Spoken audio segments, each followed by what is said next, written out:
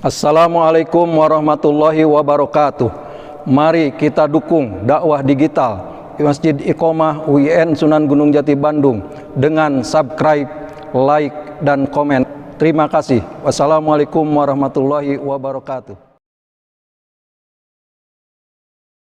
Bismillahirrahmanirrahim. Assalamualaikum warahmatullahi wabarakatuh. Alhamdulillahillazi 'allama bil qalam, 'allamal insana ma lam ya'lam. Asyhadu an la ilaha illallah wa asyhadu anna Muhammadan 'abduhu wa rasuluh, amma ba'd. Hadirin kaum muslimin rahimakumullah, alhamdulillah siang hari ini kita dapat diberi kesempatan oleh Allah Subhanahu wa taala melaksanakan salat zuhur berjamaah. Salawat dan salam kita sampaikan kepada Nabi Muhammad sallallahu alaihi wasallam. Hadirin kaum muslimin yang berbahagia, hari ini kita berada di penghujung tahun 1443 Hijriah. Ini antara tanggal 28 dan tanggal 27 Zulhijjah. Ini karena ada perbedaan penghitungan bulan Qamariyah. Dan penemuan kalender Islam itu memang atas gagasan yang luar biasa yang disampaikan oleh Amirul Mukminin Umar bin Khattab. Jadi Umar bin Khattab ini mengusulkan, karena di zaman Rasulullah kalender Hijriyah ini belum ada. Mengusulkan bagaimana kalau ada sistem penanggalan atau kalender sendiri yang dibuat oleh umat Islam. Dan gagasan itu diterima oleh para sahabat pada saat itu, termasuk mulai penghitungan awal tahun Hijriyah ini. Jadi bukannya dari kelahirannya Nabi Muhammad SAW seperti kalender Masehi itu ya. Kalau kalender Masehi itu dari kelahirannya Isa Al-Masih. Tetapi Umar itu mengusulkan bahwa kalender umat Islam dimulai dari peristiwa hijrahnya Rasulullah SAW bersama para sahabatnya dari Mekah ke Madinah. Kenapa? Karena kata Umar itu adalah tonggak perjuangan yang paling berpengaruh dan mengubah dunia. Ketika Nabi Muhammad SAW atau Muhammad dilahirkan, maka sebetulnya hanya manusia biasa, belum mendapatkan wahyu, belum berilmu, bahkan secara fisik, kalau dalam bahasa Sundanya ya seperti bayi dilahirkan, itu belum memiliki kekuatan apa-apa. Nah, jadi memang Umar itu luar biasa. Dan berkenaan dengan hijrah ini, saya teringat dengan hadis yang diriwayatkan oleh Umar bin Khattab. Umar bin Khattab ini sahabat Nabi tapi termasuk yang jarang meriwayatkan hadis sebetulnya. Nah, salah satu hadis yang diriwayatkan oleh Umar bin Khattab ini ditulis atau biasanya mungkin selalu kita temukan dalam kitab Al-Arba'in ya, kitab 40 hadis itu. Itu menjadi hadis yang pertama.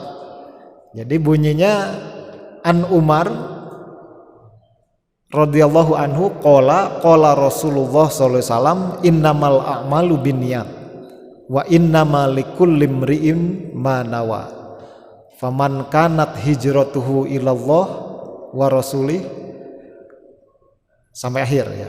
Ini tentang hijrah. Jadi kata Rasulullah bersabda di dalam hadis itu, sesungguhnya kesuksesan perbuatan amal seseorang itu tergantung niatnya. Jadi dari hadis ini kita bisa memahami ada yang disebut dengan the power of intention, kekuatan niat gitu. Ini sangat terbukti. Kalau kita bangun tidur lalu berniat puasa, walaupun hanya minum seteguk air, biasanya kuat gitu seharian menahan lapar. Kenapa? Karena kita berniat untuk berpuasa. Tetapi kalau kita bahkan pagi-pagi sarapan, kalau kita tidak berniat puasa, maka biasanya zuhur sudah minta makan lagi. Atau kita tidak makan misalnya maka terus perut kita itu minta dan tidak bisa kita tahan. Kenapa? Karena tidak ada niat puasa. Ini the power of intention. Keberhasilan Rasulullah membangun Islam itu karena kekuatan niat gitu, Rasulullah dan para sahabatnya.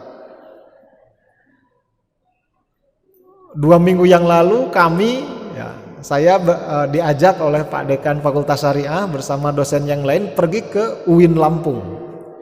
UIN Lampung ini adalah kampus green campus, kampus yang memiliki peringkat kampus hijau pertama di Indonesia. Rankingnya itu ranking pertama. Dan ketika kami datang ke sana itu luar biasa. Saya tidak menemukan sampah yang tergeletak begitu saja. Juga tidak menemukan yang menariknya, tidak menemukan puntung rokok, dan yang merokok itu di lingkungan masjid, di lingkungan kampus, di dalam kampus. Waktu itu saya berbicara banyak dengan ketua LPM. Wah, ini kalau di kampus saya kayaknya susah nih gitu ya untuk green kampusnya itu seperti UIN Lampung. Karena mungkin kebiasaan. Kata dia, sama sebetulnya di awal-awal kami juga gitu. Perokok berat semua gitu. Sampai sekarang tidak berhenti merokoknya, tetapi mereka tidak merokok di dalam kampus. Bahkan di luar terbuka itu tidak ada yang merokok, luar biasa. Saya agak malu ketika itu ada beberapa dosen yang merokok di luar karena menganggap kan luar terbuka itu biasa merokok, tapi ternyata mereka tidak ada sebetulnya. Ada kesadaran gitu ya. Dan tidak ada sampah gitu. Nah, apa yang menyebabkan seperti itu? Saya kira ini adalah the power of intention. Visi dan keinginan yang kuat pimpinan bersama seluruh sivitas akademika. Nah, inilah yang disebut dengan niat itu sendiri. Jadi awalnya mungkin susah gitu ya. Awalnya mungkin tidak mudah. Bagaimana yang tadinya habitnya, kebiasaannya seperti itu, buang sampah sembarangan di mana saja, merokok di mana saja, puntungnya di mana. Mahasiswa tidak peduli kalau ada sampah misalnya. Bahkan di kelas kita juga banyak sampah-sampah. Kadang-kadang tidak ada yang peduli, udah aja kan ada OB gitu ya. Tetapi sesungguhnya ya, kalau kita melihat cerminan di sana itu luar biasa. Bagaimana itu bisa seperti itu, terwujud seperti itu. Nah, jadi hadirin sekalian, di dalam kultum ba'da zuhur ini, maka kalau kita berniat sesuatu, menginginkan sesuatu, punya visi, punya rencana apapun, maka perkuat niat kita, sehingga niat kita ini akan diturunkan dengan tahapan-tahapan apa yang harus kita lakukan. Kadang-kadang kita mungkin bermimpi sesuatu tapi tidak meniatkan diri untuk melakukan itu. Mungkin mahasiswa bermimpi, wah saya 4 tahun harus wisuda, tetapi dalam keseharian tidak meniatkan diri untuk menyelesaikan wisuda dalam waktu 4 tahun gitu. Kenapa? Karena mungkin niatnya kadang-kadang ya seperti keimanan, yazidu wa yanqus. Bisa bertambah, bisa berkurang.